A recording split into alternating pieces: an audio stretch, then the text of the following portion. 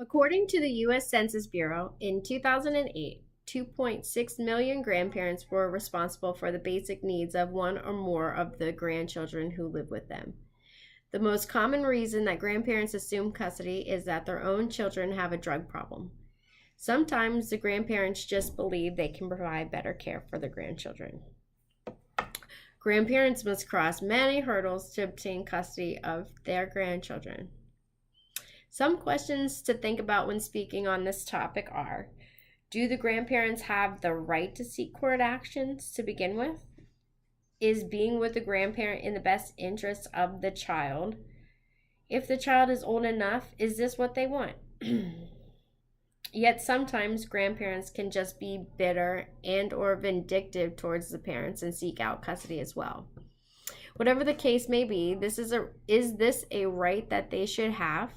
And if the grandparent is just seeking visitations to their grandchild or grandchildren, what are the terms for that? Today in my speech, I will be discussing the rights that grandparents have when it comes to their grandchildren, as well as the laws that vary in state to state when it comes to the grandparents. It is sad to think that the major drug epidemic that our country has right now, and how many children have lost their parents to this epidemic.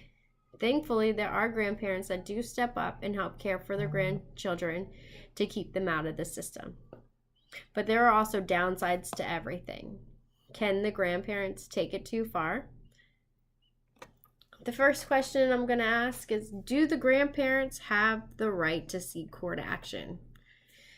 What are the circumstances that would deem them to have the right to seek court action? Would be if the child's parents are deceased, if the parents have been deemed unfit to care for the child or children in question, have the parents given consent for the grandparents to have custody of the children?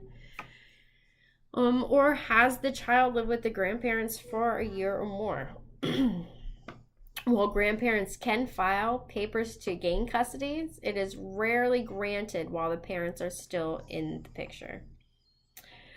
The laws vary from state to state. Some states say that the grandparents have no rights. Some states say that they have limited rights. And some states, such as Hawaii, have deemed their grandparent laws unconstitutional and therefore no longer recognize these laws. But for the most part, most states really pull for the parents over the grandparents, making it really difficult for the grandparents to sue over visitation rights of their grandchildren. The second question I'm going to ask you is being with the grandparent in the best interest of the child? Can the grandparents meet the needs of the child? Has there been a consideration of the physical and emotional health of the child, as well as the safety and welfare? If the child is old enough to make a decision for himself or herself, did they allow them to do that? How strong the relationship is between the grandchild and the grandparent, if they have a relationship at all. That's really important too. Is the child well adjusted to his or her home, school, and community? Because it's not in the best interest of the child to remove them from a school and a community that they are used to and comfortable with, to remove them unnecessarily. And also, most states, when children are separated from their parents, really strive for reunification at some point. So what is the distance that's going to be dividing the child and the parents from each other? Is that going to hinder the relationship between the parent and the child? That is not in the best interest of the child. Also, the last question is, can the grandparents take it too far?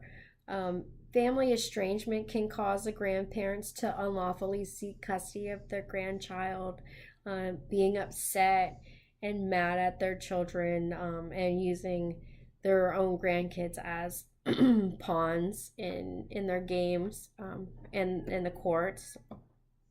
Um, One of the most harmful decisions that a grandparent can make is discouraging a relationship between the child and the biological parent or parents, when there can be a relationship. I am actually a victim of this.